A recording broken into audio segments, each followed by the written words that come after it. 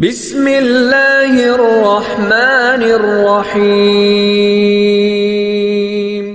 اگر روزہ تقوی کا سبب نہیں بن رہا تو پھر سمجھ لو کہ کوئی کمی رہ گئی ہے، پھر بھوک پیاس ہی کاٹ رہے ہیں۔ تقوی کی نہضت یہ روزے کا نتیجہ ہے جو بندہ مومن کو نصیب ہوتا ہے۔ اور تقوی کیا ہے؟ تقوی کے بارے میں اہل علم نے بہت کچھ لکھا، لیکن ایک سادہ تعریف تقوی کی یہ ہے: جہاں تمہارا رب تمہیں دیکھنا چاہتا ہے تم وہاں پائے جاؤ، اور جہاں تمہارا رب تمہیں نہیں دیکھنا چاہتا وہاں نہ پائے جاؤ۔ یہ تقوی ہے۔ تمہارا رب تمہیں بدی کی جگہوں پہ نہیں دیکھنا چاہتا، مسجد میں دیکھنا چاہتا ہے۔ تمہارا رب تمہیں تلاوت کلام مجید کرتا ہوا دیکھنا چاہتا ہے۔ تمہارا رب تمہیں ذکر و فکر میں مشغول دیکھنا چاہتا ہے۔ تمہارا رب تمہیں خیر کی راہوں میں دیکھنا چاہتا ہے۔ تمہارا رب تمہارے ہاتھ کو کسی یتیم کے سر پہ دیکھنا چاہتا ہے۔ تمہارے ہاتھ پہ جور و جبر، ظلم اور زیادتی نہیں دیکھنا چاہتا۔ تمہارا رب تمہیں اچھائی کی راہوں میں دیکھنا چاہتا ہے۔ تمہارا رب نہیں چاہتا کہ تمہاری نظر بدکار ہو۔ تمہارا رب چاہتا ہے تمہاری آنکھ کھلے تو سامنے قرآن کے اوراق ہوں۔ تمہارا رب تمہیں خیر کی جگہوں پہ دیکھنا چاہتا ہے۔ یہ تقوی کا جمال ہے جو بندہ مومن کو نصیب ہوتا ہے۔ آپ کو دھکے سے مسجد میں اپنے آپ کو نہیں لانا پڑتا، بلکہ آپ کا دل شوق فراواں کے پر لگا دیتا ہے آپ کو، اور آپ اڑ کے مسجد کی طرف آ رہے ہوتے ہیں۔ آپ کہتے ہیں تکبیر اولیٰ بھی کہیں نہ نکل جائے، تو مطلب یہ ہے اتقاء کا جمال نصیب ہونے لگا ہے، من میں روشنیاں اترنے لگی۔ برائی کی طرف تمہیں کوئی کھینچ کے بھی لے جانا چاہے تو تمہارا دل تمہیں روکتا ہے، تمہارے راستے کے اندر اللہ کے خوف کی دیوار کھڑی کر دیتا ہے، تمہیں نہیں جانے دیتا۔ تو سمجھو کہ تمہیں تقوی کا نور نصیب ہو گیا ہے۔ حضرت سیدنا علی المرتضیٰ رضی اللہ تعالی عنہ فرماتے ہیں کہ تقوی 4 چیزوں کا نام ہے۔ الخوف من الجلیل، سب سے پہلے اللہ کا خوف۔ اگر آپ کے اور میرے سینے میں یہ اتر رہا ہے تو سمجھو تقوی ہماری روحوں میں اتر رہا ہے۔ اور دوسری بات فرمائی والعمل بالتنزیل، کہ قرآن پر عمل نصیب ہو جائے۔ اور یہ تقوی ہے کہ جب انسان اللہ سے ڈرے گا تو پھر اس کو راضی کرنے کی کوشش کرے گا۔ تو اللہ کو راضی کیسے کرے گا؟ اس کا طریقہ وہی اختیار کرے گا جو اس نے ہمیں بتایا ہے کہ مجھے راضی کرنا چاہتے ہو تو یوں کرو۔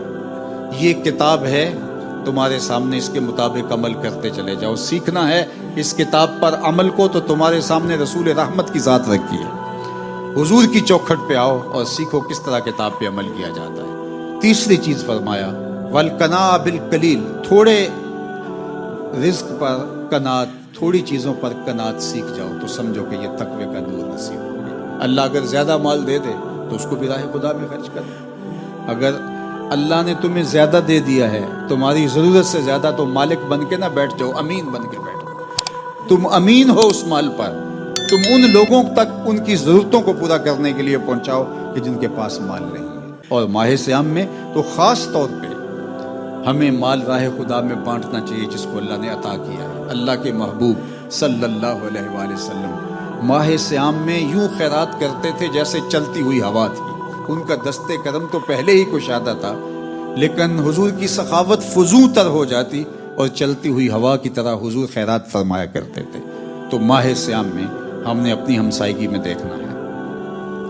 حضور نے ارشاد فرمایا مجھے ہمسایوں کے بارے میں اس طرح تاکید کی گئی کہ مجھے لگا کہ کہیں ہمسایہ وراثت میں حقدار نہ ٹھہرا دیا جائے۔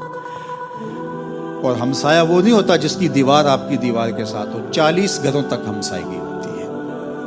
اور اگر ہم اسلام کے اس نظام کو سمجھ لیں جو ہمسائیگی کے حقوق اور ہمسائیگی کے خیال اور ہمسائیگی کے لحاظ کے بارے میں ہمیں ارشاد کیے ہیں، تو ایک صالح معاشرت تشکیل پائے۔ قیامت کے دن سب سے پہلا سوال نماز کا ہوگا، آپ نے سنا ہے نا؟ سب سے پہلا فیصلہ قتل کا ہوگا، یہ بھی آپ نے سنا ہے۔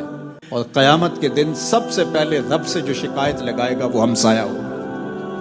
اگر کسی نے ہمسائے کو تکلیف دی ہوگی، اس کو دکھ دیا ہوگا، قیامت کے دن رب کے ہاں شکایت سب سے پہلے ہمسایہ لگائے گا۔ تو اگر ہم اس نظام کو سمجھ لیں جو شریعت نے ہمیں دیا ہے تو سب سے پہلے اپنے ہمسایوں کو دیکھیں۔ ہمیں تو یہ بتایا گیا ہے کہ اگر ہمسایہ بھوکا سو جائے تو ہماری 40 دن نماز قبول نہیں ہوتی۔ ہم عمرے پہ عمرہ کر رہے ہیں، سجدے پہ سجدہ کر رہے ہیں، لیکن ہمسایہ بھوک میں بلک رہا ہے، تڑپ رہا ہے۔ تو اپنی ہمسائیگی کا خیال رکھیں، پھر اپنے رشتہ داروں کا خیال رکھیں کہ رشتہ داروں میں اگر کوئی کمزور ہے، رمضان میں سحری افطاری کا بھی اس کے پاس سامان نہیں ہے، تو تو آپ اس کی ضرورت کو پورا کریں اگر اللہ نے آپ کو اس کی صلاحیت دی. آپ کو امین بنایا ہے, مالک بن کے نہ بیٹھ جائیں. ان لوگوں کی ضرورت کو پورا کریں جو کسی وجہ سے اپنی ضرورتوں کو پورا نہیں کر سکتے. تو فرمایا کہ اگر دولت زیادہ ہو تو پھر تو راہ خدا میں بانٹو, اور اگر کم ہے تو فرمایا تھوڑے پہ راضی ہو جاؤ. اللہ اکبر. اور چوتھی چیز آپ نے فرمایا والاستعداد لیوم الرحیل, اور وہ جو دن جس دن میں ہم نے اللہ کے حضور پیش ہونا ہے اس کے لیے ہم کچھ تیاری کریں.